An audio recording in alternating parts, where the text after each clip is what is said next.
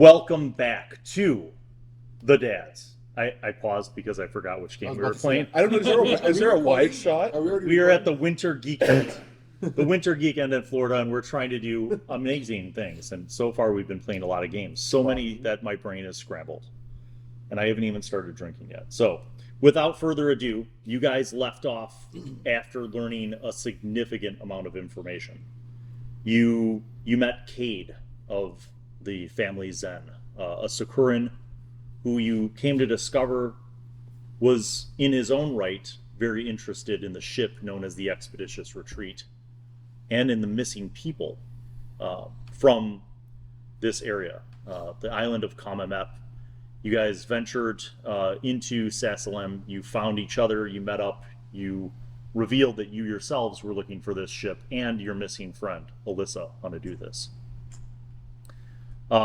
After a lot of magic, a lot of very intricate combined magical powers, you created a temporal understanding, you mind-linked, you found that, in fact, Blackthorn may possess an incredible amount of magic. The kind of magic that even Humphrey might be challenged by. Might, yes. Might. And you basically turned the 6 men on the ship towards your side. You came up with a plan. Captain Elysia went and recruited a crew, and with those 6 men and the crew she gathered, they took the ship south to the port city of Saphir, which is on the southern end of the island of Kamamep. After that, you guys went into town. You met up with Estroff, Torlin, and Varys.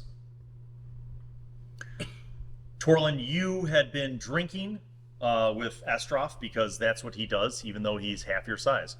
And you and Varys, this is the first time you've been in an inn in 25 years after being trapped in a cave. You had a bath. It was wonderful. You got a haircut and a massage. You had food and drinks. And just as you were settling in for the night, the rest of the group arrived at the inn, and you enjoyed some of their company, but they informed you about some of the nefarious things that they discovered.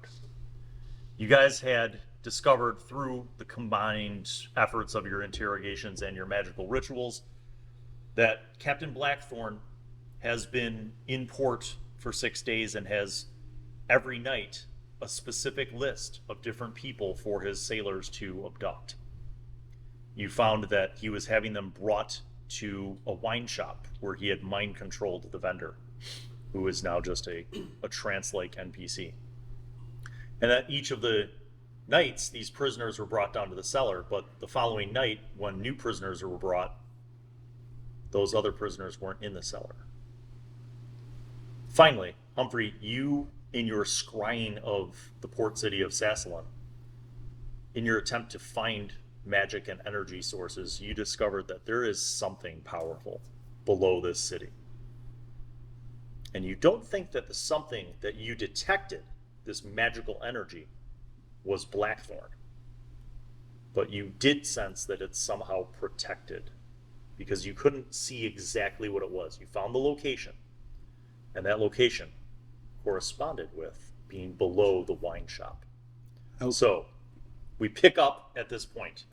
You guys slept. Everybody regains their qua. You get a full night of sleep. How far is the wine shop from where we are right now? It is 2 blocks away. Like, it's close. Is Estroff with us?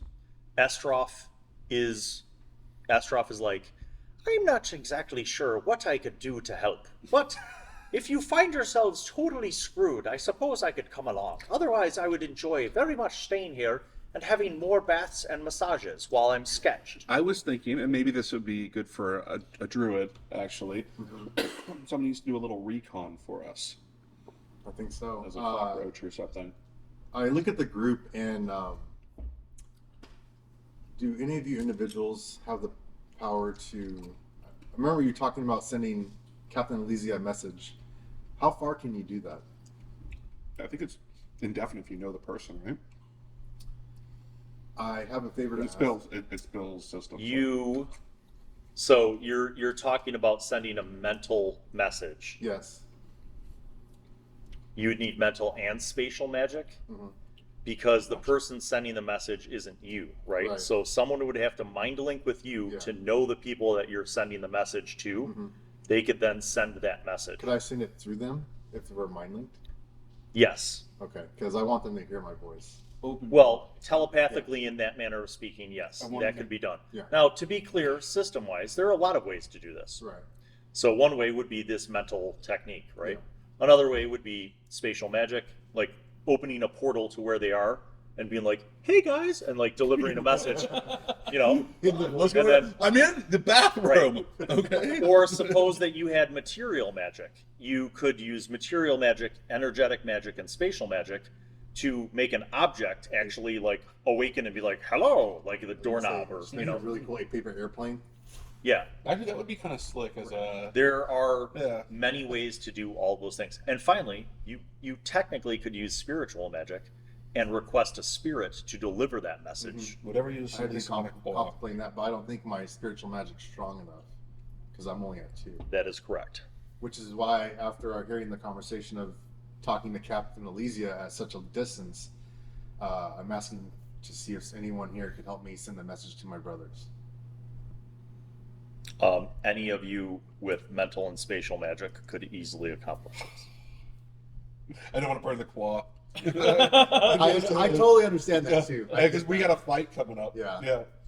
I meant to do this last night, but This is the thing that Humphrey acknowledges could be done, but Yes. perhaps, At a as he later time. wisely and astutely factored Yeah. in, yeah, he needs to save up the Well. well of his magical energy. let's do While it. we're talking about Should we- spending Master Humphrey's qua, and speaking of reconnaissance, is there any way that you could reconnoiter this Blackbeard, find out where he is? If he's near that basement, or Now that you not? guys know him from Oh, the memories of other people, you could try that. However, Sorry, could you send an animal to send it back? you were not able to find Blackthorn in Sassalem. Like, you were not able to find him the night before. Right. He did not show up on Humphrey's scry. Should we scry again? Do you think that'd be wise, Humphrey? I think the wise course of action. I think we know where we're supposed to. I think we know where the font of all this is. Yeah. We need to check that out. And so I think sending something innocuous, like a cockroach or a mouse or something. Or how about a hawk? Or a hawk can't get inside. Yeah, flies into the Instead of water. like, what's going on, guys? So, and you know, something that goes in because it's in the bottom of the wine shop. Yeah. I could do such a thing. I could do that. We could also ask Estrov to do such a thing. Yeah, that's true. Estrov's like, that I can do. And then I'll come back for lunch and a massage and more drinks. That way you have to burn it. How about sketches? Are you getting any more He sketches? says, perhaps, but that Sacuran rice wine is wonderfully fruity and aromatic and sweet. He says, but yes, I can go to this wine shop if you desire. I'll actually accompany him. I'll go with Estrov. Okay. You leave with the short man. You walk down the street. Sassalem is bustling. It's morning. There's people marching back and forth, and people setting up carts, and there's markets going on, and shops are open. The weather is there's a nice breeze. The sun is out. Slightly humid air, but not oppressively hot. Should we mind link before we leave? I asked before we leave. Yeah. Yeah, that's a good Probably idea. a good idea. Right. Mine. All of a sudden, the Get link our- goes get our- dead. Get our party Right. line going. So Right. the impact. Okay, fine. Impact target. You are linking how many people? Because you're not going to be within vicinity, so each target now. Yeah, has so to be it'll be just Estrov and Cade. Cade. Yeah, Yeah, linked. Riff doesn't want to be linked to. Okay, 1, So I got 2, good. 3, This one 4. For Riff's, how Riff's, long? Riff's worried An hour? how many more people have died overnight since Right. we had a nice bath. Let's say 2 hours. Okay, so make your willpower plus magic roll depending on the success of the mind link. You may be able to extend the duration at a lower cost of qua. Could Tuco go with you guys and just be lookout outside? He won't go in, but just make sure you don't get Sure, surprised by people. absolutely. Sorry, I couldn't remember how many died to roll, so I was figuring that out. 8, right? 6.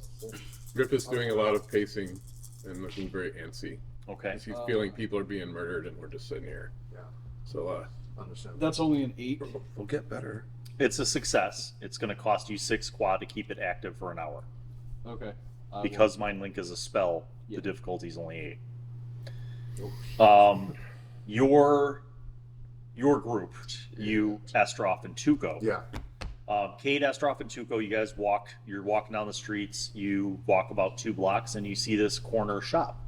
And it is a well-appointed shop. Like, it has an actual, like, glass window with painted wooden shutters and a front door. The door is closed. Mm-hmm. You guys walk up to the door. No. Are there any nearby alleys? There is an alley behind the building, yes. Is there any buildings above that I could like watch from a height, Is- distance? Like, is there a cafe? So you can it's sit at? it's on a corner. Yeah, there's a tavern and inn, like kitty corner from the wine shop. Okay. So that has like a front porch and there's like a bench out there and some chairs. All right, I'm gonna go there. Okay, so Tuco, you walk over there, you sit down. Like a couple moments later, a server comes over and is like, "Good morning, sir. Would you like some breakfast or something to drink?" Here. Ah, I'll be right back. Me and Estroff walk around to the alley, I would say in the back, and try and find a place to change shape. Okay, you walk around behind the building. Mhm. You see that there is, in fact, an alley. Rows of building, flanking the alley. You see some piles of like crates and empty barrels and stuff in the alley, some trash.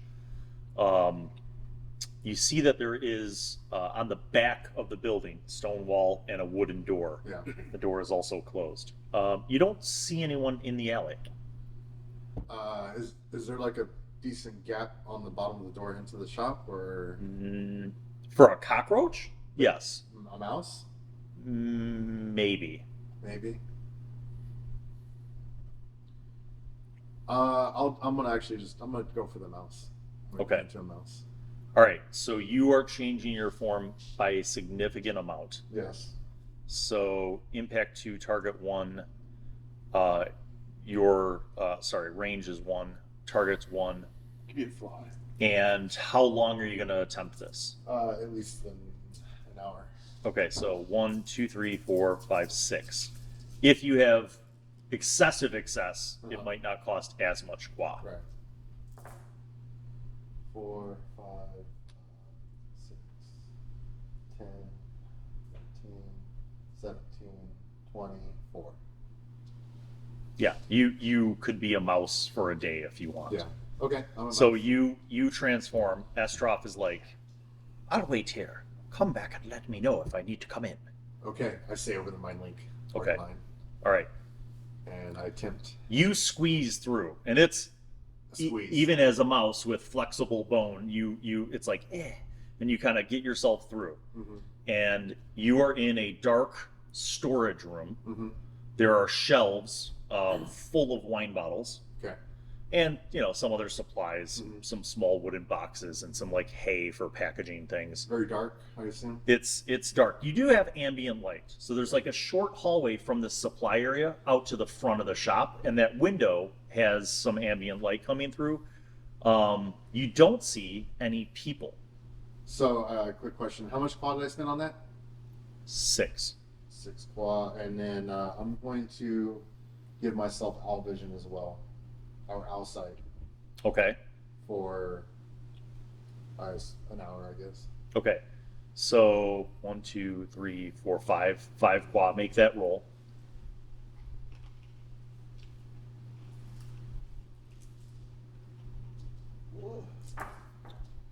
One, 3, Got an idea. 7, 11, Inflated mouse. Can Humphrey 13, create a bomb? 16, 18, 21. You can have your owl sight for a day if Got you it. want. You kind of flip that grid, and again, you're in the storage room. There's a bunch of stuff Yeah. like packing supplies, some crates, some smaller wooden boxes, tons of bottles on these Yeah, wooden racks. carved racks. Yeah, like floor to ceiling. Yeah. then you see this short hallway. There's like a curtain, but there's like a short hallway that goes out to the front of the store. You don't see anyone in the back room. I listen though. I'm listening for anything. Make a perception plus survival roll. Smash cut while you're doing that to Tuco. Tuco, you are brought a frothy mug of ale. It tastes refreshing and cold. What would you like to do? It is 8:30 in the morning.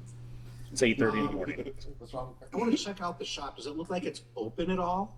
Or is there a closed sign on it? It does not look open. The door is closed. The window, the shutters are open, so you could kind of see into the window a little bit. It just looks dark inside of the shop. I'm going to say to the waiter, waitress, whatever, I'm kind of a connoisseur on alcohol stuff. Alcohol stuff. What about that wine shop over there? Know anything about that? Make a willpower plus social manipulation roll, Tuco. Roll the board. I love you, Dave. 5. She's like, the wine shop hasn't been open in a few days. She's like, I think Mr. Smithers may be on holiday. She says that usually he opens in the late morning, but I haven't seen anyone going in there pretty much all day long, and I think it's been a few days at least. Mm-hmm. That's unfortunate. Thank you. Certainly. You got a what for your roll? 14. A 14. Not terrible, but You don't hear anything. okay. I go investigate, looking for somewhere to go downstairs. Not bad. Are you investigating the front of the shop or the storeroom that you're in? I'll go to the front of the shop first to see if there's anything in the front. Okay. You kind of sneak into the front of the shop and you're looking around and you see a counter. You see like a strong box, like a chest that's like got a lock on it. It's banded. It must be where he banks his money. Yeah. You see more shelves with more display bottles and some fine furniture. And you see like near the window, there's like 2 chairs and a little end table. And then there's another little lounge area with like 2 upholstered chairs and a little table. Mm-hmm. And it's at that point that you turn the corner and you see a man sitting in one of the chairs with his eyes open like this, just kind of staring off. I say over the mind link to Tuco and Durant. I'm inside the shop. In the front, I'm assuming he's the owner because he's sitting there doing absolutely nothing and staring into space. Is the owner? He's just sitting there doing nothing. Mr. Smithers. I haven't heard the name You yet. have- Tuco, you receive over the mind link a message from Cade saying that he's in the shop and that he thinks the shopkeeper is there and he seems to be in some kind of a haze or a trance. Very well. Any other threats? Nothing yet. That was my first discovery. I'm going to keep going. All right. Let me know. I'm here. Okay. And You go back. you search the front. Make a roll. Perception plus survival. 17. 21. Okay, you search the entire front and you see nothing out of the ordinary. You go to the back room and you start searching around. Yeah. And it's during that point in time that you see there's a wooden crate, like a shipping crate with straw in it, and a couple bottles at the bottom, like packed in with the straw. Yeah. But you see there's something under it, like the floor, the like direction Yeah. of the planks on the floor kind of shift. There's something under this crate. Yeah. Can you squeeze in? Yeah. Is there a way to squeeze through? No. If I you turn back in the cave Okay. and I assume it's a trapdoor to go You downstairs. slide the crate off and you see a trap door. I do it as quietly as I can, and I. The trap door doesn't have a handle Uh-huh. or a rope. It just has 2 like holes drilled Oh, in that you Yeah. Before I open it, I extend. The only other sense I can really try with this is my spiritual sense, and try to sense anything spiritually. I believe it's called ghost sight. Make a willpower plus magic roll. Edgelord Bill.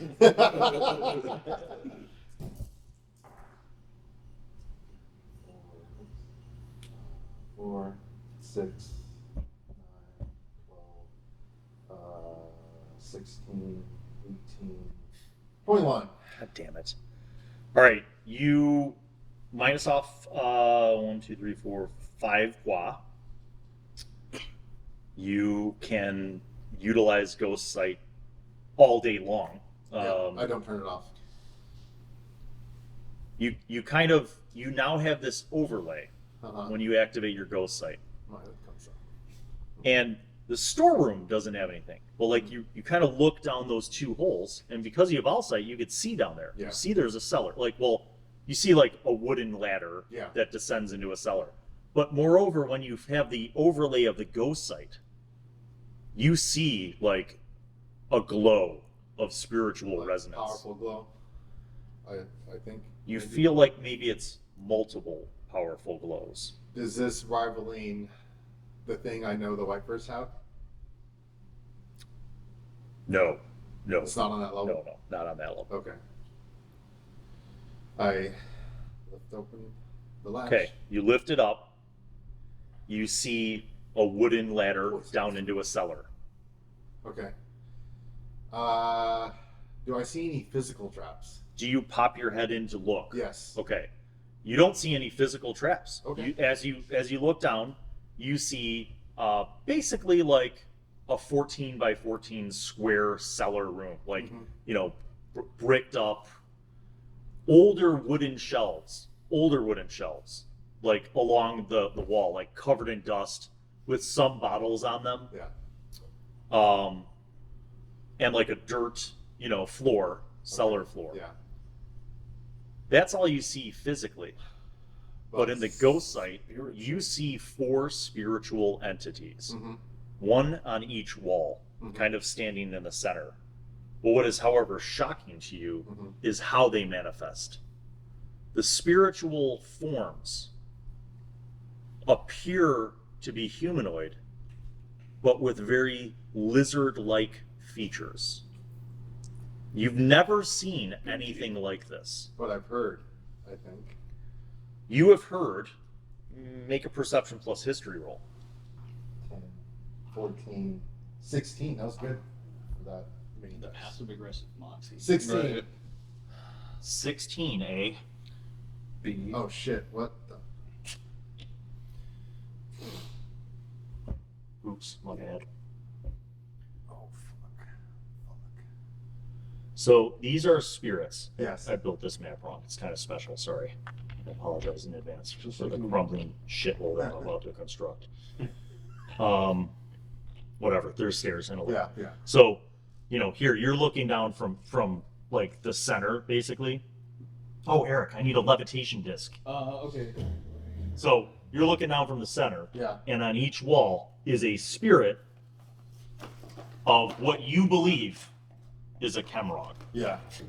That's what I thought was happening. So here you are. Look at that. All right, you're not that high up. Let's Yeah, do this. But basically, you're looking down dead center where the ladder goes down into this room, Center. Yeah. and on each of the walls, you see like one of these spiritual Kemrog forms. Do they have? Are they like holding anything like an item in their hands or? Yeah, but you understand that the spiritual forms are just manifestations, Yeah. right? They're like a virtual representation of the energy of that spirit. Okay. Over the mind link, I say to Tuco and Durant, I'm at the top of the wine cellar, and I can see the spiritual forms of these, what I believe to be Kemrog. They're like these lizard type people that I've only heard about and have a very, very bad history with. What have I read about Kemrog? That's a great question, Durant. As you hear this information being relayed to you over the mind link via Cade, you reflect on some of the readings that you did in your copious studying of books of this world. Perception plus history roll. 7, 9, 12. 12 is adequate. You remember reading that a significant portion of this world was subjugated by a Saurian race known as the Kemrog. That their continent, Kem, was a supercontinent, that they had advanced knowledge of technology and arcane magic, and that they basically colonized, subjugated, and colonized most of the known world of Kikapulan for a really long time. You know more specifically from the books in Captain Edward's library that the continent of Arakazine was almost entirely, subjugated by the Kemrog for a very long period of time. And that there was a rebellion on Arakazine that ultimately ended up in massive wars that drove the Kemrog away.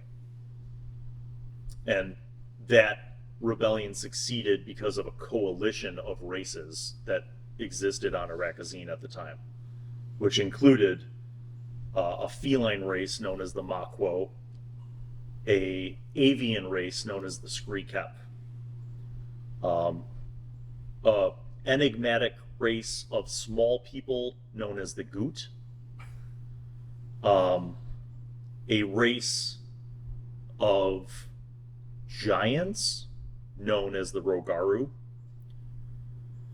and all of the other indigenous ethnic human groups on the continent. Okay, I am dumping this textbook information into the mind link. Okay. My brain's exploding, but yes.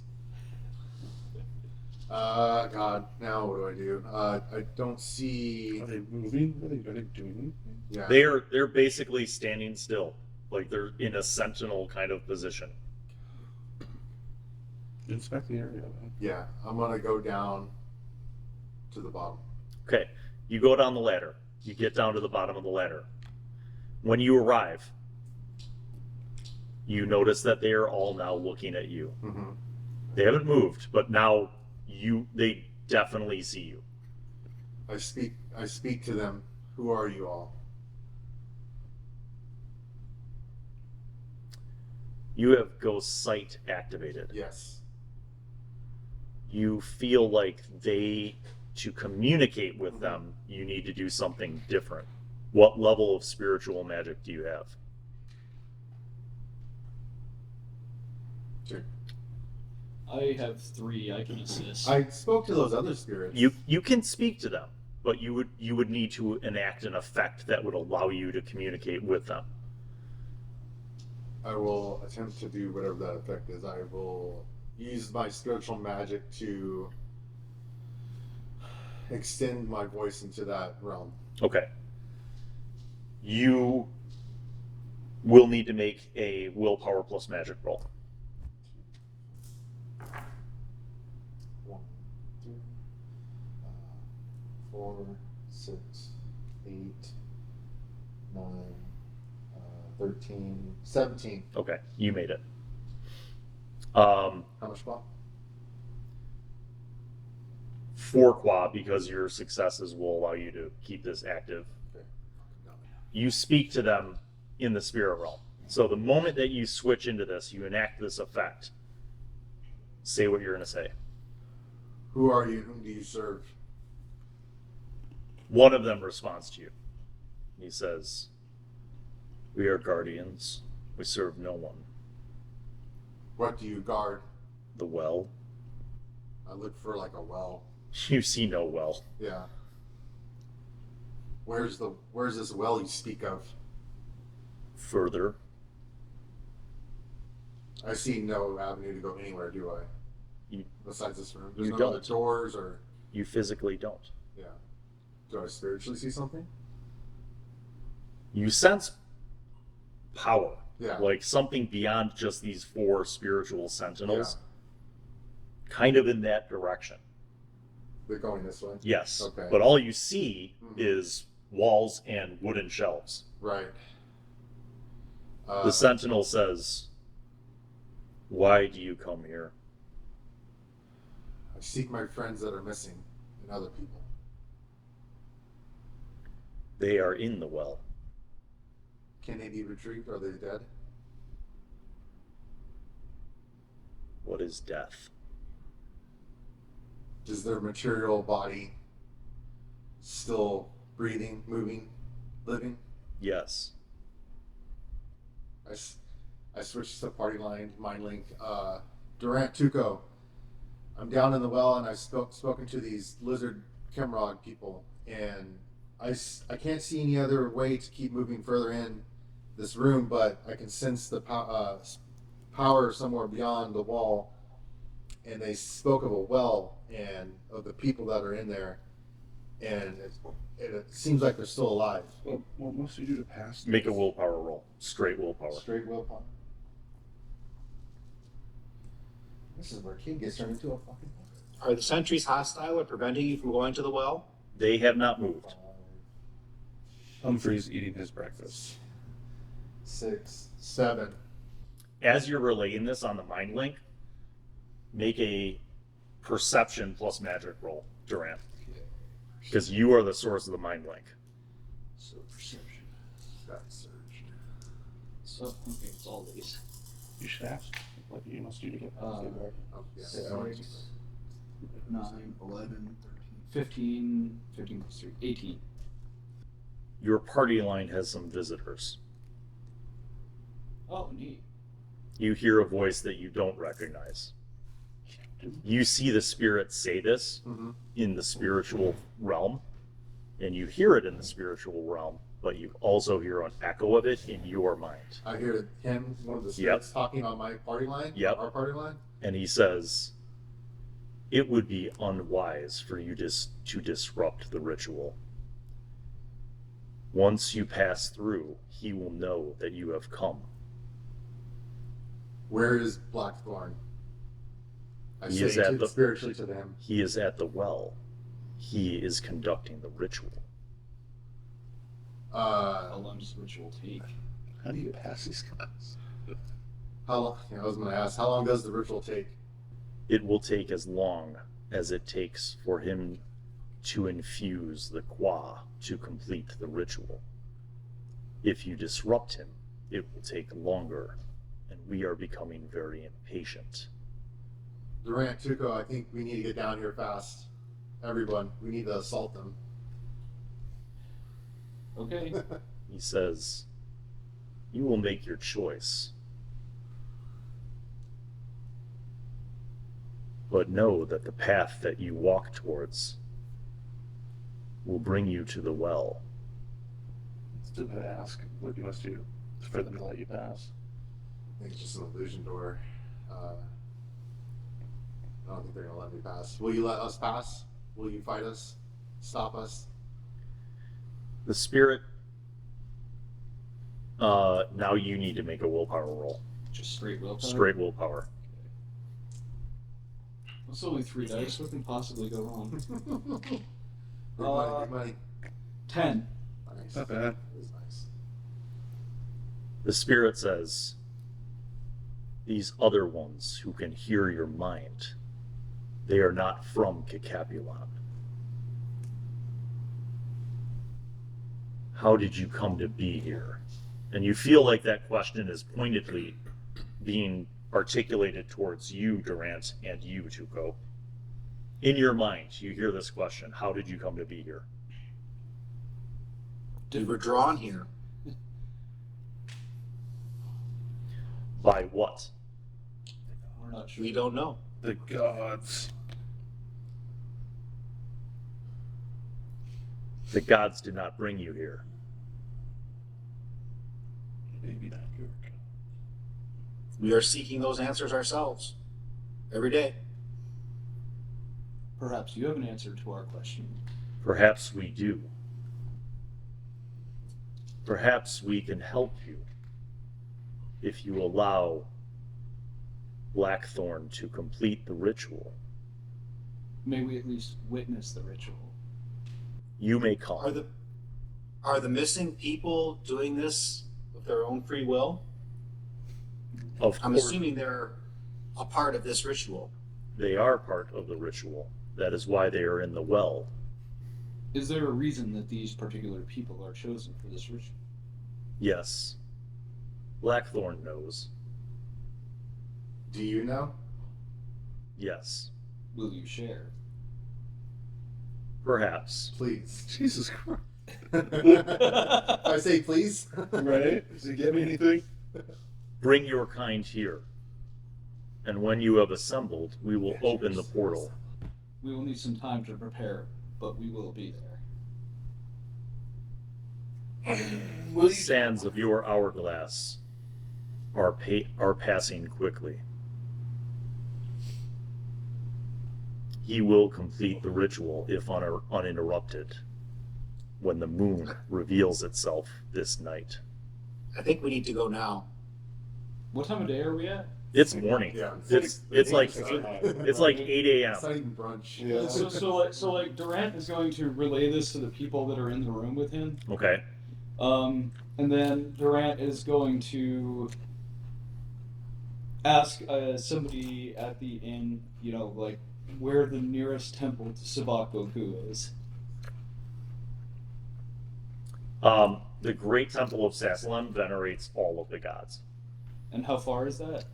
Like 5 blocks away.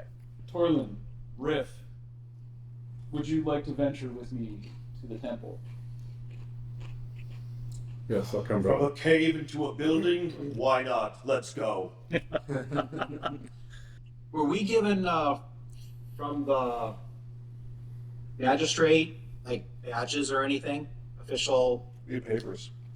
You, But that's not from this area. yeah, you Like, we Well, never that's- checked in with... Ask the guys if you have papers that you have a missive you were supposed to deliver to the representatives of the crowned, which you have not yet done. maybe Do it Guardians after we will do accept it. it. It's on If, a if you would like, you could have Estroff deliver those papers. Yeah. Are you walking over towards the wine shop? Yes. Front door or back door? Estroff's at the back door. All right, you go to the front door, Tuco. It is locked. I'm inspired by the episodes Kick of it Star in. Trek Okay, where like you kick in the front they own a door. photon torpedo and teleport it into somewhere. Hey, shh. Sorry. You kick in the front door. You see a man in a chair in a dark room. He's staring straight ahead as if you don't even exist. You just shush me. You see a curtain leading to a back storeroom. Looks like he's not a threat, so I'm going to go through the curtain. Okay, you go through the curtain, see a storage room. You see an open trap door with a ladder leading down. You're in there? Go down.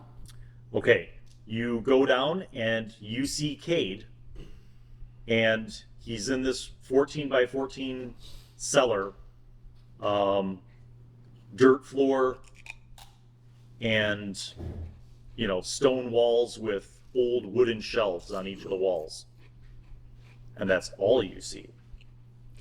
Smash cut back to Riff and Durant and Torlin. You're making your way. You walk down a few streets, and you come to a large 3-story building. It has a domed roof. You walk in.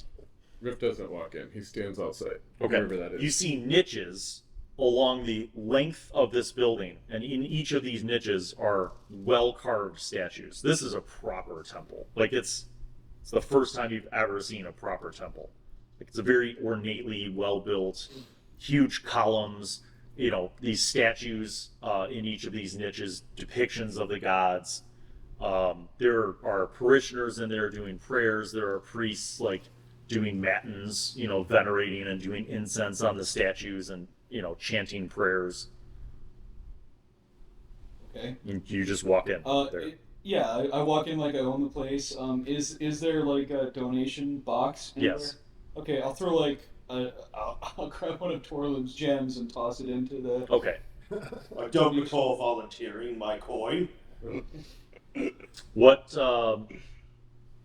happens after you plop that in there is you get the attention of one of the assistant priests, and he is like a young, looks like maybe a priest in training. He comes over, he's like, good morning, welcome to the Great Temple. Good morning. How can I help you? I am looking to make my prayers for today. He says, help yourself. You may venerate and pray wherever you desire. There are offering stations all throughout the temple. Do you have a library, perhaps? Of course. Would you like to go there? I would like to see your library if possible. Certainly. And he leads you like kind of along this side aisle, and you see this like annex that it opens up into, and there's a huge library, hundreds of books and like tables. You see several like priests that are actually like reading books and taking notes and journals.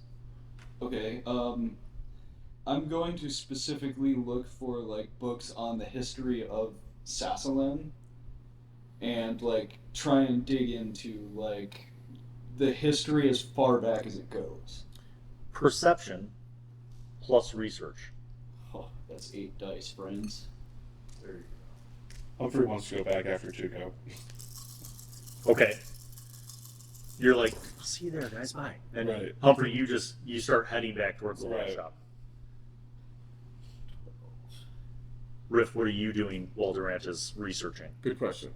So, Riff has been doing basically nothing but muttering and pacing all morning and looking quite anxious. Yes. And he stops partly outside just to keep guard, make sure no one comes in, and does the thing with Brother and Torlin. Torlin. Okay. Not Varys. Where's Varys, by the way? Is Varys with Torlin? Varys is back at the Slow Deer Inn, engaging in some morning bamboo shoots and spiced mushrooms. All right. Okay. So, Still with the mushrooms? Yeah. I figured, well, like a steak after. Yeah, but these mushrooms are delicious. Yeah. so besides looking menacing and staying guard up there, Riff's just like, okay, enough with the muttering and pacing. And so he wants to say a prayer to by Busey, who knows one true God does not live in temples, so he doesn't need to go in there to offer a prayer. Make a willpower plus religion roll. Durant, what was the sum of your success? 21. That is a lot. Nice. Okay, you find some histories of Nisia. And as you kind of delve into the specific area of Kamamep, you find that both Saphir and Sasalem started out like many areas in Nisia as a port with like a basic settlement. It grew over time, and over decades it's become a city that is well supported. The government structure being the crown that, basically are the most powerful, most wealthy of the noble families that rule Kamamep, that divide up between the north in Sasalem and the south in Saphir. There are like a listing of noble families, if that's what you're interested. What other specific information are you So looking for? I'm more trying to look for information on like archaeological dig sites and finds that would have happened. So like it's like maybe what's recorded of the prehistory of this region. Okay, so there's some records of the earliest kind of like, establishing of the settlements and expeditions, and you do find that there's some notes about some of the explorations on Kamamep, discovering like ruined like outposts of the Kemrog. There's very little kind of like academic accuracy to this, other than the fact that like they recognized the structures as being those of the Kemrog. There was no evidence of like the Kemrog having been there in a very long time. Okay, are there any like survey documents? There are some, yeah. So like, I'm specifically looking at like the wine shop to see if there's like a survey like before they built the wine shop. So when you kind of cross-reference this, you see that not just the wine shop, but like there's like a 3-block square of what is now that neighborhood in Sasalem that kind of was built over a bedrock area, and that some of those ruins of previous Kemrog civilizations were in that area. Okay. And from these documents, is there like anything like recorded like about the physical structure of what was there? It was basically just the foundation stones and some of the like structural things like columns and arches, but most of it had gone into ruin long ago. Got it. So it was basically just raised to put in Yes. Okay, alright. That's good. I will now leave the library and I will find the statue of Savak Boku. Okay. Soon I will turn it over to Riff at this point. Okay. Riff. Rolled a 12 for the prayer Riff's about to utter. You kind of meditate on Upai Vaseahu, and you feel that his presence here is not great in terms of devotees to his faith or veneration to him. And as you're kind of sitting at your post while your brother's like reading and doing research, you're kind of looking around at all those niches and depictions. And there are many gods depicted in these sculptures and with like paintings and murals, and nowhere do you see anything of Upai Yeah, Vaseahu. that's why Rip didn't go in, because he's like, Upai wouldn't live here. He doesn't live in temples. He's bigger than that. And your sense is that that while you feel in your faith that Upai Vaseahu would hear your prayers, you don't get the sense that he is strong here. Sure. This is as much for asking for something specific, but also to calm Riff down, because he's very anxious right now. Yes. So not only is it like reaching out for whatever help may be out there, but like, okay, I'm calm now, I'm confident, kind of thing. Yes. So it'd be like, dear Upai Vaseahu, please give me the strength, wisdom, and courage to do whatever I need to be, whatever needs to be done today to protect innocent lives here and stop whatever evil is taking place. And so from that, not expecting to be infused with power, but at least confidence, or something.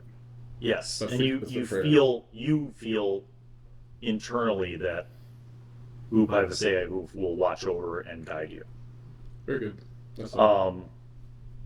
Durant, as you're kind of concluding your research, you're sort of packing up. You and Torlin go outside, you see Riff, and you guys start heading towards the wine shop. Yeah. Okay. Back to the wine shop. How's it been since I got downstairs? Well, you get downstairs, and again, all you see is this dusty cellar, and you see Cade standing in the middle, kind of. But Cade's like looking at one of the walls. So I'll explain to Tuco. Tuco, I know you can't see as I see right now.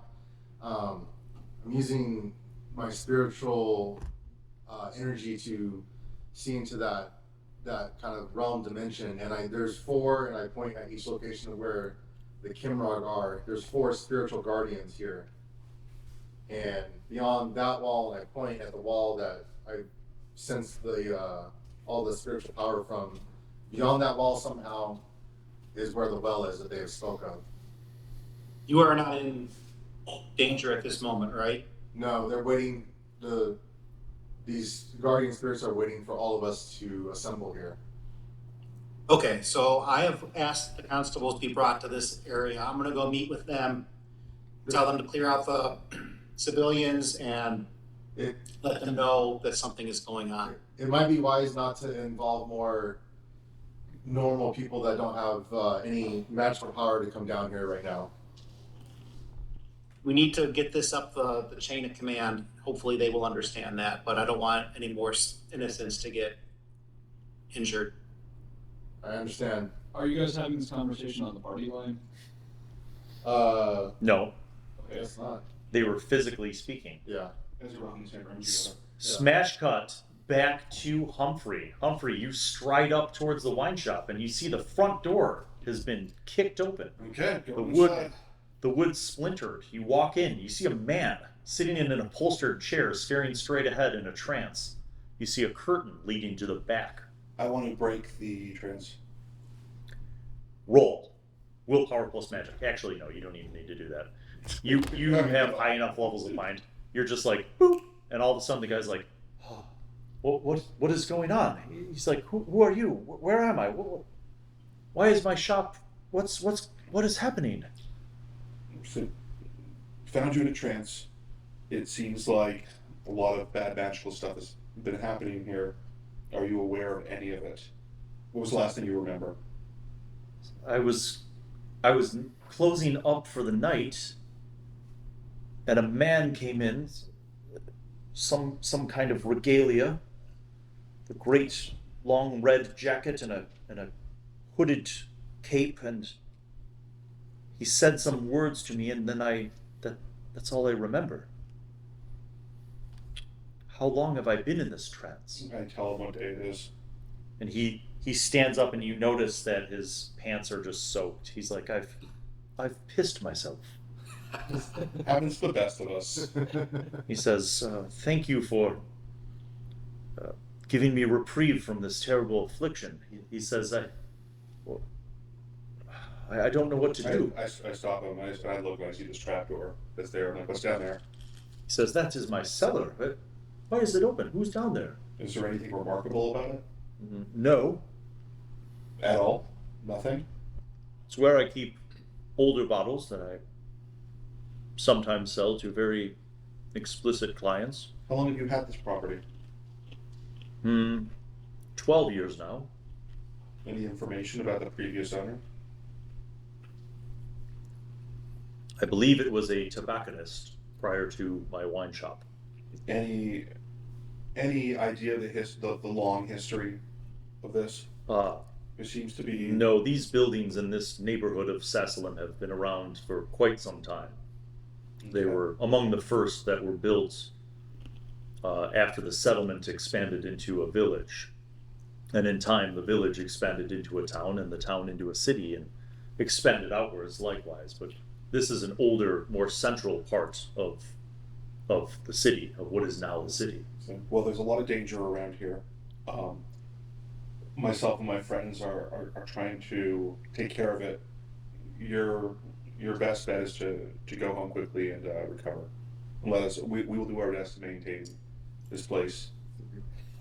I thank you. Okay. He says, very well, thank you. And he goes out the front door. My name is Humphrey. Tell your friends. I appreciate you. Thank you, Humphrey. I am Smithers. Would I have heard him while I'm coming up the stairs? Yeah, well, so you're downstairs with Cade, and you hear Humphrey talking to someone. Yeah, I was planning on going upstairs to meet the constables if they come up. Okay. You go outside of the building, you're waiting outside the front door. And I want Smithers to be with me when the constables get there. Okay, you introduce yourself to Smithers, he waits.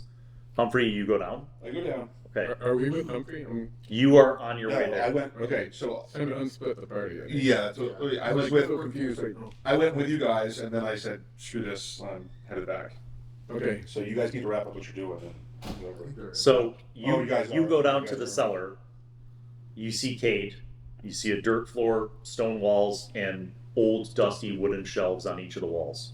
Okay. I asked them what happened, what's going on, I explain the Camelot guardian spirits, the whole story. and beyond that wall appears at the well, and this Blackthorn is down that way conducting the ritual that will be completed by tonight. I'd like to see if I can spend a little qua to see if there's an obvious path to this well. What magic types are you using? Or tell you which ones I'm Oh. not using. I mean, I don't have any spiritual. Are all three of them right here So now? Like, So you would be looking for material and Okay. spatial? So I think energetic, mental, and Oh, this is moral. Okay. Oh. So I thought Tuco was here. from a material and spatial perspective, that's how you would basically find like secret doors. Okay. Go ahead and make a willpower magic roll. Okay. I'm cautiously optimistic. 24. Oh my god. Alright, you're like, oh, it's right there. And you point to a shelf. And you decipher that that shelf can be pushed in and slid to the left, and it will reveal a doorway. Okay. I inform, and I guess they all kind of see this happening, and I chill out, wait for these guys to show up. When Humphrey relays this information to you, you see the Kemrog spirits just smile, like, Yeah. and it's not a comfortable smile. Mm-hmm. It's not like, oh yay, they're our friends. It's more like, what are we getting ourselves into kind of smile. Yeah. Some moments later, Durant, Riff, and Torlin, you arrive at the wine shop. You see Tuco outside with the shopkeeper, Smithers. Who is? Wait, how much quad did that cost me? 4 quad. Really? That much? So one thing is, we probably should have the missive delivered. Who is carrying the missive? I thought maybe the plan was to have Estroff do that. Estroff That has is the the missive. plan. We just need to make sure the missive gets to. Estroff's like, I can deliver the missive. Yeah, sure. Give him the missive. Just stop drinking long enough to. Summon me if you need my assistance. Otherwise, I will return to the Slow Deer for some of that fantastic spicy food and rice wine. Okay. So Ashraf has a task. We are going to. Well, I'm gonna head down to the cellar because that seems like the thing to do. Okay.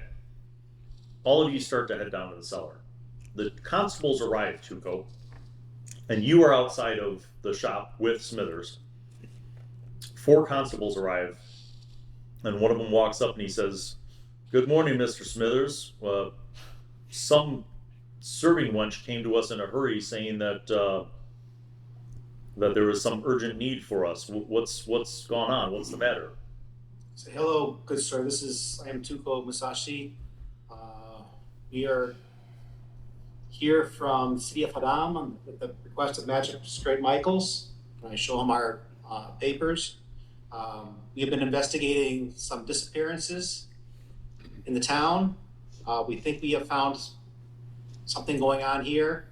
We believe there's a crime in progress. I believe it's more than just a normal crime. I believe the gods are angry for some reason, and we believe that the citizens should not be in this area. I would like you to hear them out while we try and handle the situation. Excuse me, sir. Who the fuck do you think you are? That is a Right. that is a commanding tone, Tuco, for which you must make a willpower plus social manipulation. Yeah, right. That was Yeah. that was a massive lore dump on this common Right. street walking patrolman. Right. Just a beat cop. That's all it is. It's like Ghostbusters walking up and being like, "We're here." Right. We got it. I'm gonna have to call this one in, guys. All right. So Tuco, what do you? What So I see it kind of. Well, so Days of retirement. No, hold on. All right, hold on. So Tuco, to be clear, when you mentioned the missing people, you saw all of the constables perk up, and they're like, oh, and like they kind of like murmured to each other. So it's not that they don't necessarily believe you, but they don't know you, and you kind of have to sway them a little bit.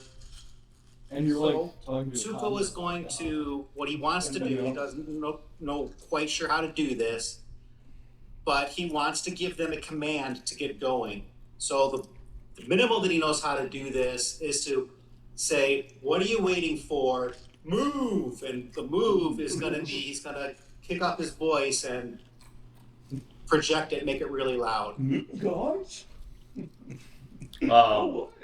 Like corporeal magic. That's a minimum. If there's any other way he could Okay. get them to be on his side and get as much cooperation as possible. Make a willpower plus magic roll first. Girl when she turns dark. Yeah, right. You're basically attempting to enhance your commanding presence through the modulation of your voice. 11. Okay, that is sufficient.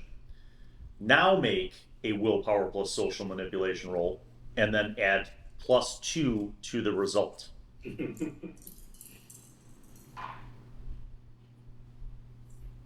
7. Is that with the +2? That's with the +2. I got 0 social manipulation. Okay. They're like, okay. All right. We're gonna go get the captain and he'll sort this out. We'll be back. Smithers will be able to give you some more information. He was one of the people that was. They're like, okay, very well. Smithers, come with us, and they kind of rush off. This poor man. Right. I'm kidding. Not take any qua. I'd like to stab him with a dart in the eye. It would be 3 qua. So, having accomplished this, Tuco, the rest of the party has entered. Do you now go downstairs? Yes, that's what Okay. I wanted to get done. All of you are in the cellar. Humphrey indicates that beyond that shelf leading north is some kind of passageway. It's a heavy-looking shelf. How about strong people do things with that? Humphrey definitively tells you that it is deceptively not as heavy as you might think. And he walks over to it and gently pushes it back and then slides it. And it seems to be on some kind of mechanism of wheels. And you hear it kind of creak and it opens up. When it opens up, what you see is a cavernous space extending deeply along with stone columns supporting a 12-foot tall ceiling.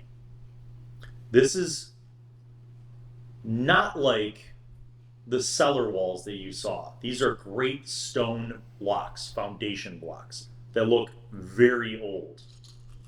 The floor is also stone, but again, covered in dust, as if this space has not commonly been utilized. Torlin, having dwelt in a cave for 25 years, go ahead and make a perception plus survival roll.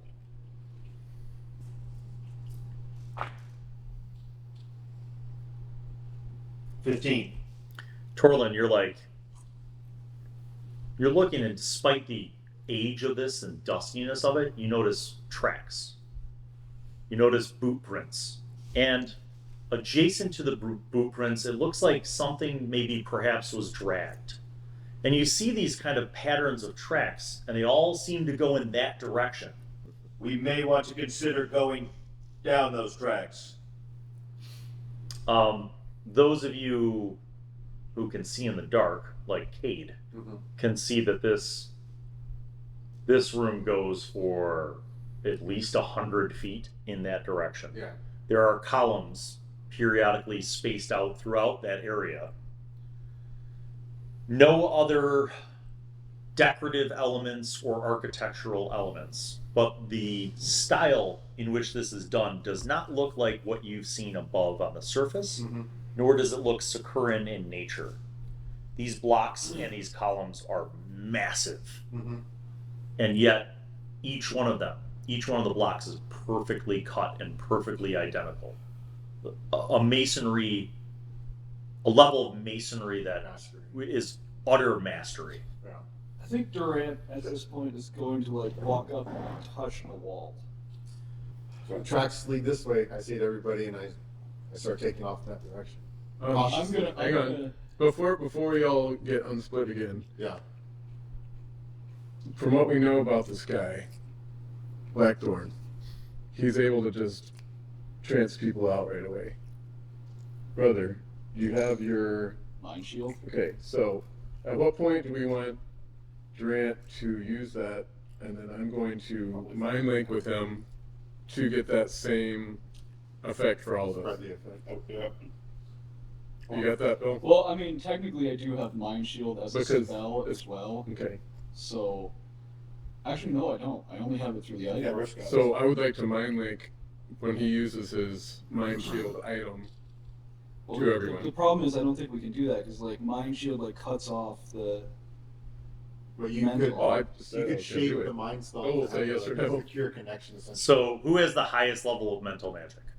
Or Okay, so if you guys wanted to shield each individual's mind, the most cost-effective way to do that would be for you guys to stay in a tight group so that you do an area of effect.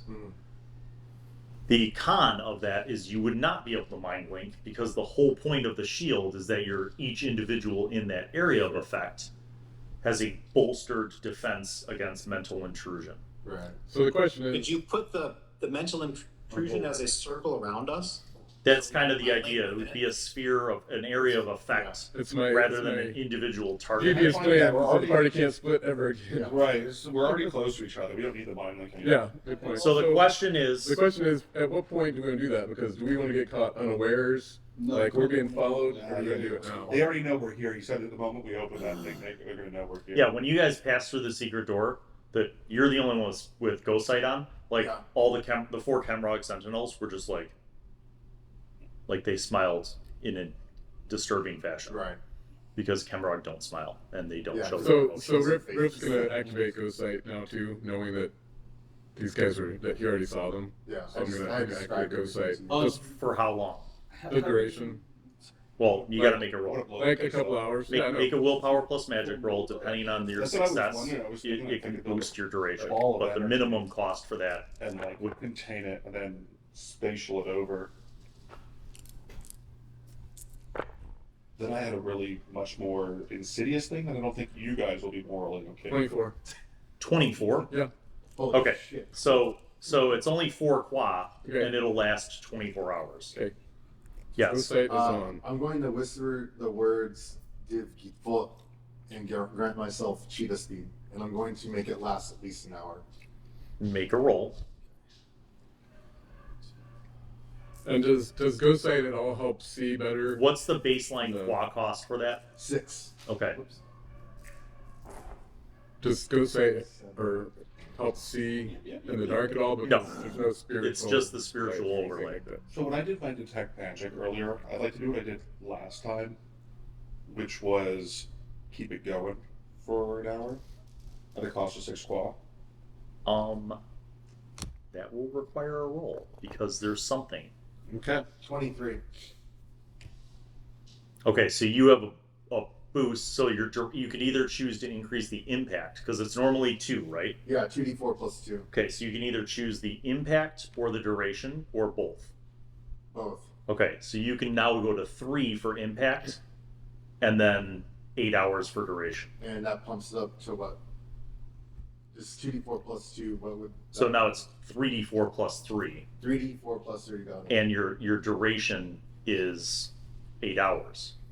Okay. The qua cost is the same as the baseline. Okay. This was my roll. God, 26. wow. I already know that defeated the ward, so hold on. So I got a plus 13 to my agility Yep, for 8 hours. for 8 hours. That's awesome. Well, we'll find out how quick this combat will go. Right. All right, do you do the mind shields, or are you waiting? We'll go ahead and do the mind shield. Yeah. All right, make a roll. Who's doing it? You're doing it? Yeah, I'm doing it. Okay, so you need to roll willpower plus magic. How big is the sphere? It's going to depend on the successes. Okay. 19. So 1, 2, 3.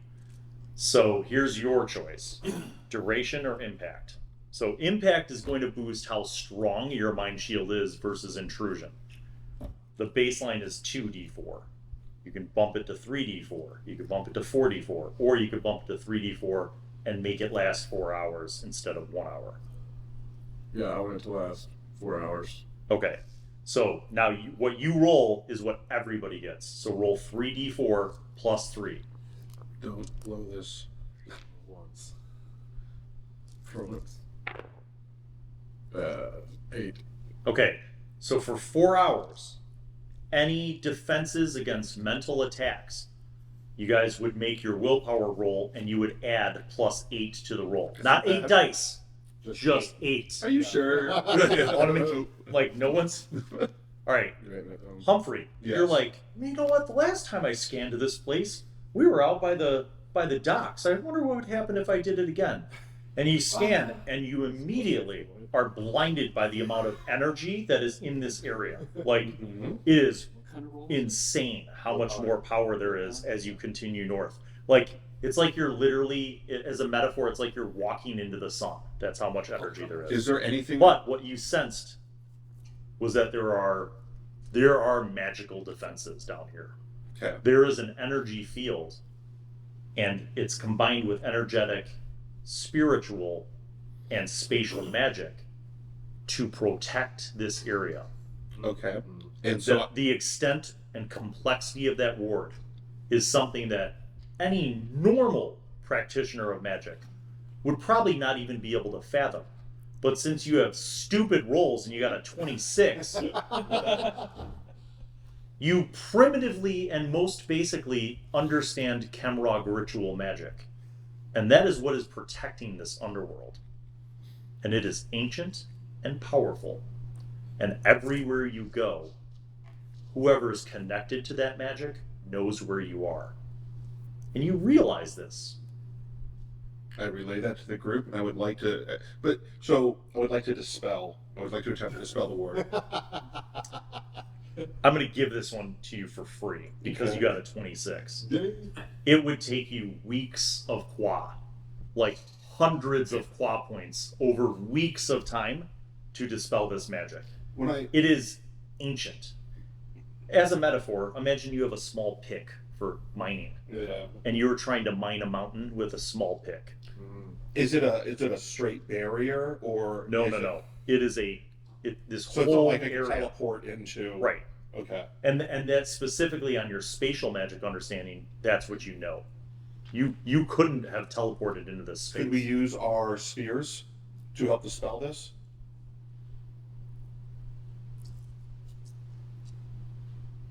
You got one for all of them.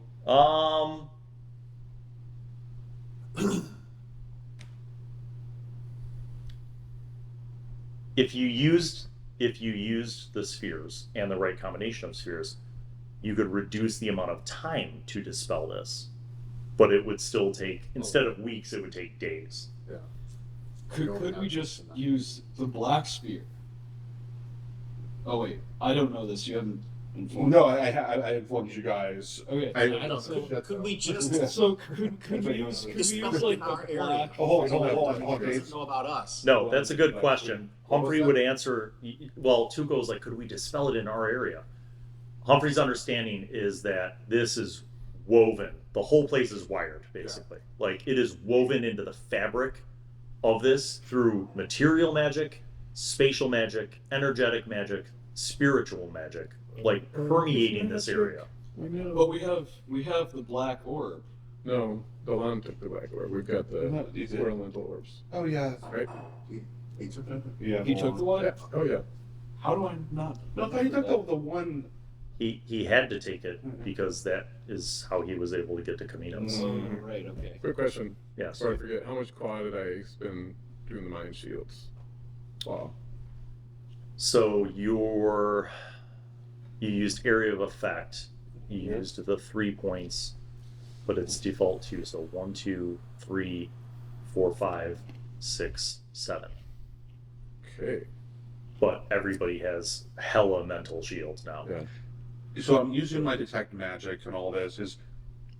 Is there any magic that is emanating from anything that? Oh yeah. Well, hold on. That is different than the background noise of magic. Yes. The great glow that lies somewhere beyond your scope of perception because of the wards. You can't see past this chamber that you're in, but you know that energy source I don't is see like a ahead. magical lever on the side that. No, but you do sense. I'll say this: you do sense within this room that there are manifestations. Yeah. You don't have spiritual magic though, I don't. That's my weakness. but you would sense the material magic, yeah. and there are things of matter, not corporeal, things of matter in this room I would, that are magically imbued. and I would like to convey that. Don't go wandering far, guys. This is, there's stuff here that, will mess us up. Let's think this through. Perhaps You see it. No. Okay, sorry. perhaps my brother had a good idea, and we should each take one of the orbs. Yeah, I was sort of trying to figure out. It's Because it seems like we need all the help we can get for this. Yeah, I want to use. It's got to be a way to use these orbs, the material way that helps us. Well, we have the green orb, correct? Yeah. Which seem to have impacts with the earth. Perhaps the green orb could be used to deal with the material things that you have sensed. Yes. On these columns around us, do I see like any indentations of any sort, or No. nothing to like press? No. Okay. Their uniformity is unlike anything you've Right. seen. Anybody want to toss something out that way down the floor? See if something happens. Yeah, sure. I mean, don't toss me. 'Cause I have the I'll idea. get Estroff. Yeah. Yeah. Astrov's not there. Yeah. All right. How far are you tossing something out? I take a rock. I imagine I'm a rock or something. Torlin bears a 50-foot rope. Perhaps we could use this rope. Yes. Or I could just take a silver coin or a copper coin and throw it into the middle of the room. Point, I will. point on the Find these little gold things. Why Yeah. don't you throw them? point on the Dave's map. been dropping gold Point on like the map it's where nothing. you want to throw it. Okay, you can't even throw it that far. How You far throw is it and you Hold on. toss it. This and, is like 100 feet. yeah, it's a long Can I distance. throw it? You're right. You toss it and you hear the sounds of kind of. It sounds like That's 30 feet. crunching, grinding sounds. Yeah, so that's 30 feet. And appearing from behind these columns, you see these two enormous clusters of spiky bones. Oh, shit. They have taken on humanoid forms, but it is clear to you that this is probably the bones of several dozen things. And there's like patchwork armor and like weapons, like iron weapons that are embedded into the bone fabric. Those of you with corporeal magic and material magic might understand that these are somehow golems that are imbued and brought to life to serve a purpose. They are physically material, and you notice that they respond to the arrival of that coin or rock. So, They come out like this, basically like engaged, and they start moving towards you. Time for initiative, everybody. yeah. I want to pick gravity well. And just So, depending on people. what you want to do, whether it's a melee attack, a magic attack, I roll. a ranged attack, you're going to roll Willpower. agility plus whatever you're trying to do. So Durant is going to. I'm lost. Are we doing initiative? Yes, And then how do we roll initiative? agility plus whatever you're going to do. So if you're going to attack with magic, agility plus magic. If you're doing a melee attack, it's agility plus melee. If you're going to try to wrestle the bone golems, that would be agility plus hand to hand. But I don't recommend doing that. 13. Shit rolls. Okay, so Humphrey has a 13. Yeah. What does Cade have? 18. Okay. Does anyone have higher than an 18? 24. Nice. Oh my God god. damn it, Tuco. I haven't. Tuco rolled 24, Cade 18, Humphrey 13. Torlin, what do you have? 15. Torlin's got 15. Riff, what do you have? 11. Durant, what do you have? 5. Actually, I have a 27. So. Bullshit. Man. Because Wait, I had to with a roll. 64? Agility plus magic? Yeah, plus my 13 agility. Oh, so that's cheetah right. Speed. Yep. Oh, man. Cheetah speed. Yeah. All right, fair enough. Cade, you have 20. What? 7. 27. Holy All right. So, Cade, you're up. I shape change into. So I'm gonna do hulking form, Okay. and How's that quad pool going? it's going super fucking fast. Yeah, it is. Uh, Yeah, it is, buddy. So, hulking form with corporeal magic, and then you see as I get friggin' huge, 2 arms come out my ribs, and now I have 4 arms. Okay. And I'm like, What is the baseline cost of hulking form? Goro here? Yeah, Nice. 6. Okay, go ahead and make the roll. There's that Mortal Kombat. Willpower reference. plus magic. 20. 20? But that's not on here. So, Yes. what's the baseline bonus for hulking form to your strength? 2d4 plus 2. So you're at 44 plus 4 for 10 minutes. 4d4. But necromancy's not on here. Make the roll. Plus what? 44 plus 4. So make that roll, and then that is added to any strength-based rolls. Holy shit. My God. man.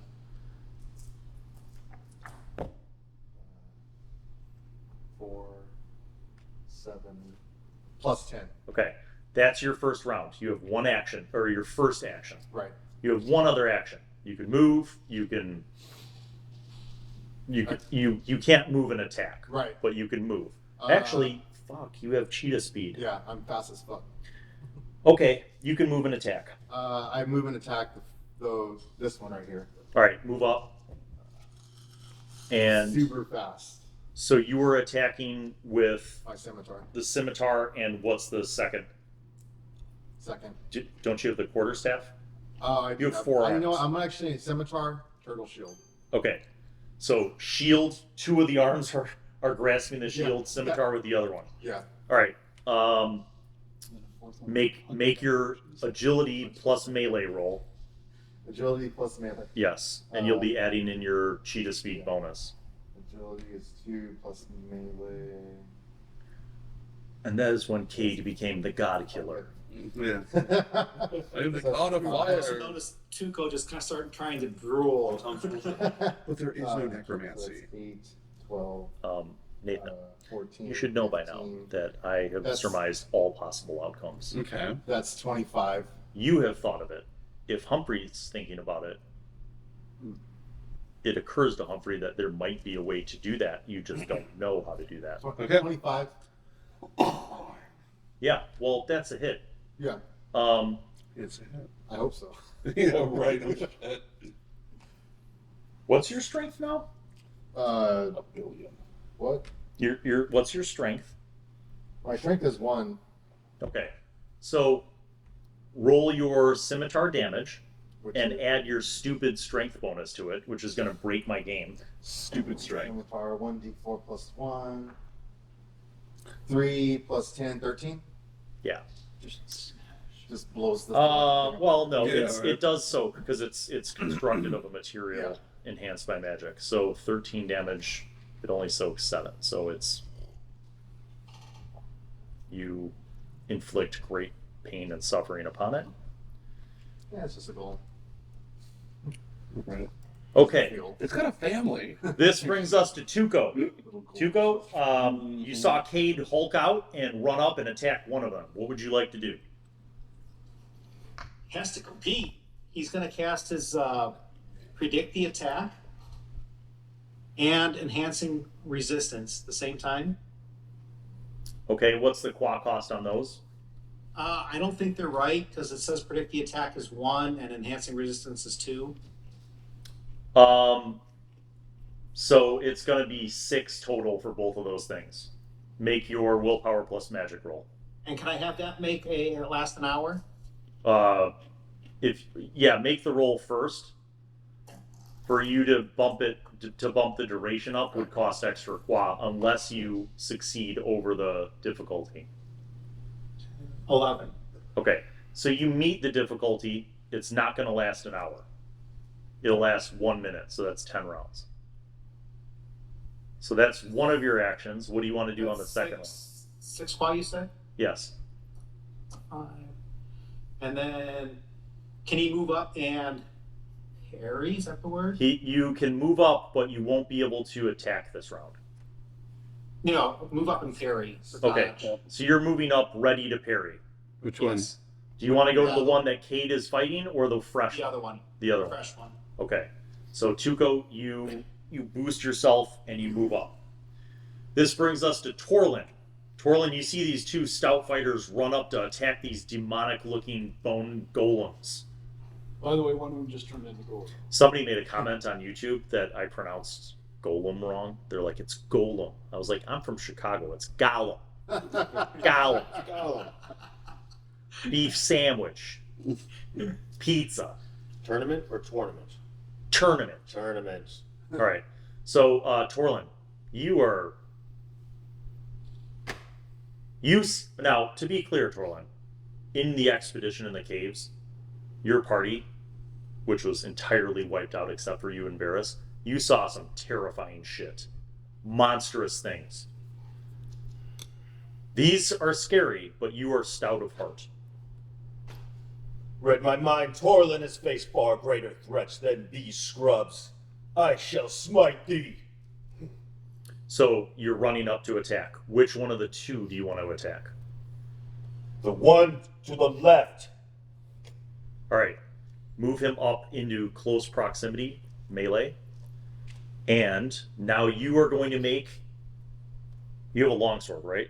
Strength plus melee. 10. 10's a hit. Roll 2d4 plus 1. That's your damage. 8. Nice. Your sword hits it firmly, and it makes a clanging sound. Some of the bone chips off, but you feel like this bone must be some kind of hardened material, perhaps petrified by the ages. This now brings us to Golem number 1. Which one's that? The one that Cade is... Oh, sorry. The one that the two guys are fighting. Golem number 1 attacks with a 14. Can Tuco volunteer to take the attack since he's... Tuco's going to take the attack whether he volunteers or not. Yeah, right. Then you have like Tuco. a action. That is 9 damage. What does your armor soak, if anything? I have 5 robes. Tuco, you are hit by a petrified bone, spear-like, puncturing, painful thing. You take 9 damage. Does my predict the attack or enhancing resistance Oh, it do anything? it does. See? Good thing you did that. Tuco, you take 5 damage. Attack number 2 will be on Torlin. That is a hit for 12. Torlin, you're wearing beefy plate armor, aren't you? He's a beefcake. What does your armor soak? The plate mail itself soaks 7, but he's also carrying a shield. All right, what's the durability? 28, 28. Okay, it is now at 23 of 28. So your armor soaks the damage. The durability takes a hit, so change that to 23 of 28, and you don't take any damage. Nice. Congratulations. Nice. Golem number 2 will fight Cade. Yes. And a 14 to hit. Yes. It's And I'm wearing leather. The damage will be also 14. What's your soak on the leather? So soak is 3, and I'm also got the shield out, so that's another 4 soak for 7 Okay. soak. So 7. What's your armor's durability? It's at 11. It is now down to 4.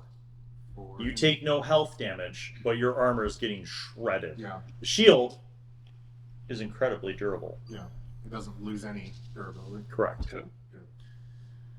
Okay, this Not a rip. brings us to Humphrey. Oh, me? Humphrey. Yes. This is what I want to do. Yeah. It's like drain life, but drain magic. So I would like to find a way to, because these are magical constructs, Yes.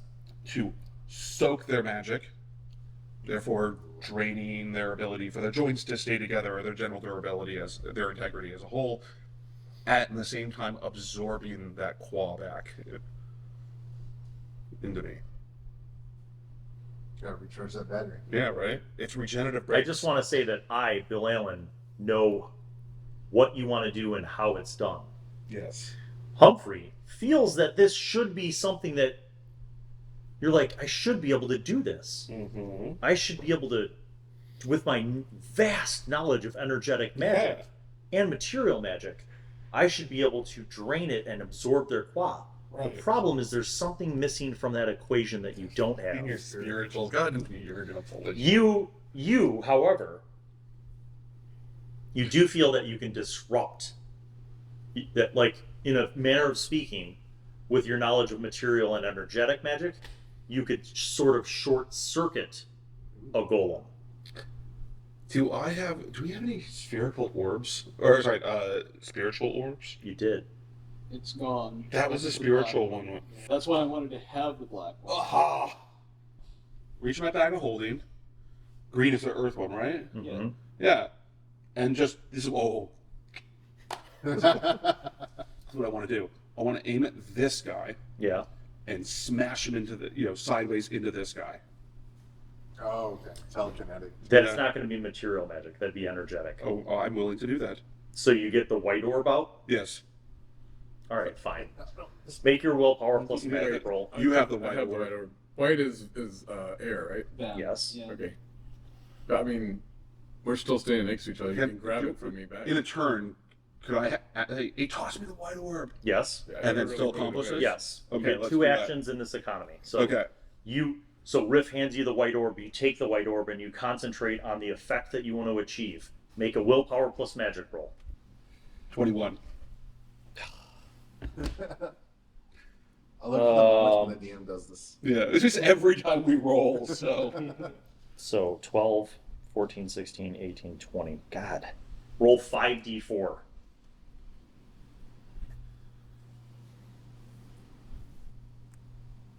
$13. Okay, so you guys see Humphrey basically force throw one of the golems into the other, all the way to the wall. You hear the bones cracking and smashing together. I assume they're both on the. They're on the ground. They're prone. They're on the ground in kind of a heap right now, and both of them seem to have taken structural damage. Mm-hmm. Like there's big chips and chunks of bone that are just scattered all over the floor. It's good. Well played. This brings us to Riff. Yeah. I get my mandolin out and play. No. No. You stole my thunder. Yeah, right. Actually, Riff is going to cast Spirit Aegis. And it sounds like that. That is. It's like a xylophone all of a sudden. So Spirit Aegis on our... Describe what Spirit Aegis does Alright, for the gang watching. It summons forth a spirit to distract the attackers against one target, or multiple targets if I want to burn more claw, right? Yes. Oh, indeed. Then you would be. And That would be. it makes attacks against the targets increase difficulty by 1 step or more at higher levels. So Okay. Don't tell me what. Go ahead and make your willpower plus magic roll. This will determine the number of spirit guardians that will be assisting you. I'll dominate Durant and force him to boost my 16. Okay. That is 12, 14. That's 3 steps. Domination is really. Roll 3d4. So this will boost your successes. Will boost the duration, but also the impact. So roll 3d4 plus 3. 11. Wow. I had such high hopes that these golems would just fuck you guys up, No. and now, We are gods, Bill. You made us gods. This is your own doing. all right. Captain So who can I Blackbird is cover of actually our 3 3 tanks guys up now. there? You, That's, I mean, you right. can cover all of them Okay. You saw it coming. within that area of effect. So they now, golems attacking them will be at a significant penalty. What's our assessment of these guys at their current? They're getting up. They're not. You They're didn't not wipe them out. They're definitely getting up to whoop some ass. Durant, you're up. Who was the most hurt out of our party in that exchange? Torlin, you heard a lot of clanging sounds, but Torlin seems fine. Nobody took it. You saw Tuco take a hit. Oh, did he? Does Tuco look Oh, took hurt? 5, right? Like, Yeah. It's not like hurt like he's gonna die soon, but he took a hit. I mean, you've seen So- Tuco take hits before. All right, so He's pretty sturdy. I guess I'm not going to worry about it just this second. Like, what I'm going to do is I'm going to try to close the distance and like put myself, in a position to like. So Which hold out a pencil, and that's your distance that you can Yeah, travel. that's him. Yeah, that's me. So you can get up to Oh, there you're for right. one of your actions. Okay. You And my can- second, I'm just going to like position myself like behind these guys so that I'm ready to heal if I need to. Superb. Hold me back. I'll fuck you guys. Top of the order, Cade with 27. It's time to move in and get another hit in. I'm going Step to down. You can make that move, get and you all can attack. over here. I would like I'm going to attack the same one that I attacked first. Okay, People's so they have not gotten up, so they're prone, which Yeah. gives you an advantage when you're attacking them with melee. So your difficulty is lower. So basically, to hit one of them, you only need an 8, which means whatever overage So you're going to get is that's going to be stupid. Strength plus hand-to-hand or melee No, weapon? you're using a scimitar, right? Right, melee weapon. So agility plus melee to hit. Agility, that's 5 dice. Plus my agility, my bonus. Yes. How much claw was my Spirit Aegis? So It says 2 as a regular. No. 4, 7, Well, you had a lot of successes, so it's 4 qua. 23. Everything seems to cost 4 claw. Yeah, that's a hit. 23 is a lot of steps over. What is your strength bonus? 10. Oh my god. All right, roll 2d4 plus 1 and add 10. 14. 14. 14 plus 3, 17? 17 total. Yeah. Okay, it's you like just slash through it, and like a big swath of the bones just crumbles. Yeah. It's like kind of flailing about trying to get up. Tuco, you're up. Tuco, you're close enough where you could run over and attack while they're still prone, which would give you a bonus. Well, after seeing this, I gotta do that. Okay, so run over, make your melee attack roll.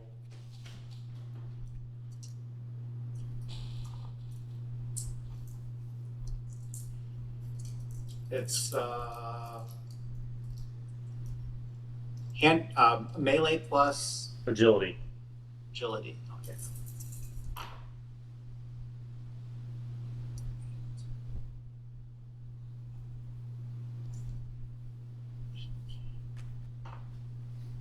$22. Wow. Okay. Roll your scimitar damage and add +4 to that.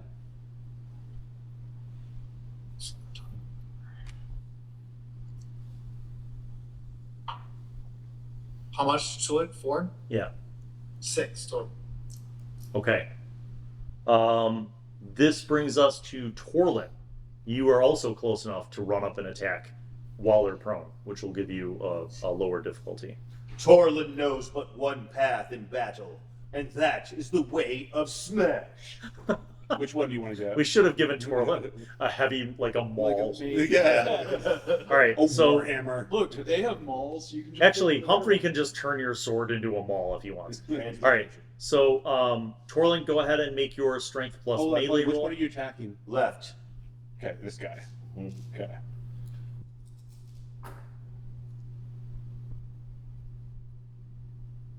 $17. 2, 3, 4. All right, roll your 2d4 plus 1 damage, and you're going to add 4 to that. 6. Did you add the 4? So that's And that's 10. 10. Holy smash! That puts that guy at 16, 29, 35. Another huge swath of bones crackles as these two things are flailing around trying to get up, but it is their turn. They had 2 actions, right? So they could get up. Yeah. The first one doesn't even get up. It's going to grab Cade Uh-huh. and stab him. Okay. So 14 is a hit. Don't forget the what is the Oh, the spirits. Spirit Aegis. So 14 does not give. All right. So the spirits actually. So it's still a hit, but it's Pretty low. inferior damage. Okay. So a whopping 6 damage. What's your soak on your leather? 3 on the leather, 4 on the, so 7 total with the shield. The shield doesn't help you with this Okay. because he's stabbing you from a so rounded 3 on the leather. So you soak 3. So you only take 3. Actual damage. Yes. Okay. Is your leather shot now? His leather is Is destroyed. basically Yeah. shredded. Yeah. Which, you know, for a normal adventuring party would mean he'd have to go buy I some gotcha. armor or he'd have to use Mhm. repair. But since you have a master of material magic, he Yeah. could just turn your leather armor into plate if he wants. Game breaking. All right. The second one is going to the second attack is a 17, but again that's deflated to 2 steps down because of Riff's Spirit Aegis. That is 7 damage. That one, what's the soak on the shield? Or 4. So that one you only take 3 damage. Another 3 damage. Yeah, so you So- block it with part of the shield that kind of slices you instead of puncturing you. Okay. I'm good. All right, the second one attacks. First attack is on Torlin, I kind of thought they were gonna miss. I didn't know it just. which Less would have been an damage. incredible 16, but because of the spirits, that's only it's 2 steps lower, so that's 12. So Torlin probably won't take any damage because you're wearing plate. That's a whopping 6 damage, which your plate soaks completely, right? Correct. Okay. Soaked. The plate goes ching as like a bone spear like thrusts out at you and just is deflected by the power of your plate. The second attack, which would have been a 17, is now a 12. Well played, Riff. Well played.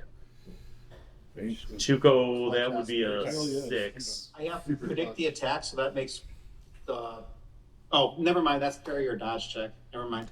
No, but you also have the resistance. Yep, So that's only 3. 3 damage. Yep. You guys should be dead by now. All right. Humphrey, Fair enough. The golems are done. It is Humphrey. am I able to use the green orb just to hold these guys down and pin them while we just wail on them? You could just suck Yes. them down into the earth, dude. Like, Because, well, this is where I don't think I can, because this whole thing is surrounded by like magical stone, and I don't know if I'm able Like to. a mini black hole. Right. This is what I want. So I'm using the green orb, and I'm just pinning these guys down, their arms, their legs, nothing can move, and so everybody else can just go to town on them. Make a willpower plus magic roll. Perfect roll. 20. You see them it's almost like they're like magnetized to the ground. Like they're struggling, but they basically aren't able to get up. So they will continue to be prone. Would you get a 20? Yeah. Basically they're prone. Yeah. You guys, and what effectively can happen is they're unable to even move their limbs to attack you. Uh-huh. So you guys will just literally go in and just smash until there is nothing left but like bone fragments. Well, I would like to take. I'd like to take a copper coin and throw it a little farther down here. Okay. So I moved. You want I me moved to up. pop out 2 more down here? Yeah. No. What I need is just to symbolize a door. Put this at the dead center of the lines at the last tile. So that basically- the adult bone goblin. That's basically Right. That was right. These are the baby bones. when you move to about the halfway point. Those of you with the dark vision can see that there is in fact a large door. It is a stone archway, Oh, okay. and above the stone archway are symbols. okay, I'm on. Yeah, you are. Yeah. Do they look like any symbols I've read before? No. Cool. I'm gonna sit there and decipher them. Let's spend a lot of time on this. Durant I mean- desires to understand the symbols. So you have become knowledgeable enough to at least recognize the script of the ancient Arakazine script, right? Like Yeah. of the ancient Dominion script. This is not that. Okay. These are almost like pictograms. Okay. Like there's some symbols and sort of shapes, but it's almost like pictograms or like hieroglyphs. Okay. Yeah, I was gonna say hieroglyphs. Go ahead and make a perception plus research roll. Oh, my favorite.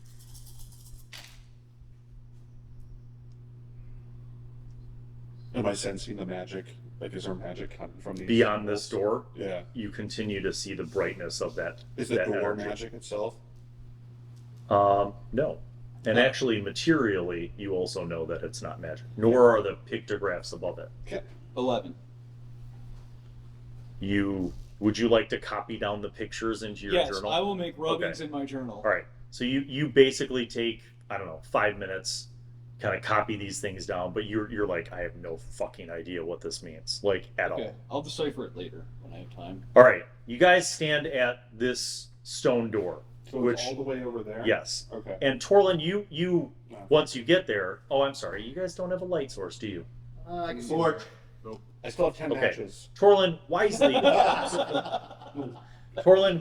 you light a torch, and you conclude now that you see that those prints, those tracks that you saw, Torlin, and the dragging, all lead to this door. I, Torlin, assume that this door means something. Perhaps we should smash it? It's an interesting thing that Torlin brings up smashing it, because on this door, you don't see hinges. On this door, you do not see a handle or a keyhole. So using this. Could I, in my hulking form, push it aside? You should certainly try. Yes. Make a strength plus athletics roll, and then add in your stupid bonus Strength. from plus being 5, Goro. 9, 10. So 20. Just 20. Just 20. Okay. All four arms. Cade just pushes, and you hear like the sound of stone like cracking, and then you push through. The stone door, like almost like a tablet, kind of splits in half, and you just push through. When you push through, you see light coming from the other side, like, flickering light, like lamps and torches. And you see a room nowhere near as massive as this. Yeah. But you see a room with, like, very basically made, like, wooden cots with bedrolls over them, couple tables. You see, like, a little kitchen mess area with, like, tables of food and some shelf with supplies and food. And you see a whole boatload of sailors inside of the room. And they turn to you, like, in shock that this door just was sundered. Not even armed. Like, they're like, what the hell? Yeah. And you Just chilling, or we're gonna have to burst the rebuild door this. open, looking on this compound of Blackthorn's sailors. And that, my friends, is where we'll conclude this episode of The Dads. Tune in to find out what happens on the next episode, everybody. Thanks as always for watching, for liking and subscribing, and I bid to you happy gaming. Peace and out.